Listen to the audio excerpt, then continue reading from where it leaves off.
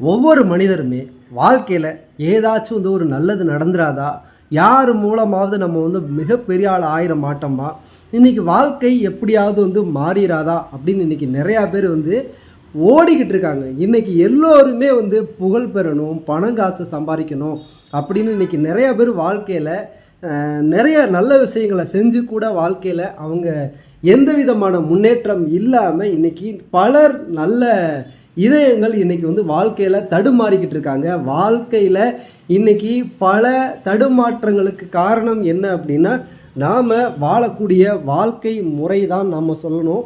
வாழ்க்கை முறையை நம்ம பலர் காலத்துக்கு தகுந்த மாதிரி மாறிக்கிறாங்க, அப்டேட் ஆகிக்கிறாங்க. அவங்க வாழ்க்கையில் ஜெயிக்கிறாங்க. இன்றைக்கி காலத்துக்கு தகுந்த மாதிரி நீங்கள் உங்கள் வாழ்க்கையை நீங்கள் மாற்ற முடியலை அப்படின்னா பல தோல்வி இல்லை, இன்னும் தோல்விக்கு மேலே தோல்வி தான் நீங்கள் வாழ்க்கையில் பெற்றுக்கிட்டு இருப்பீங்க.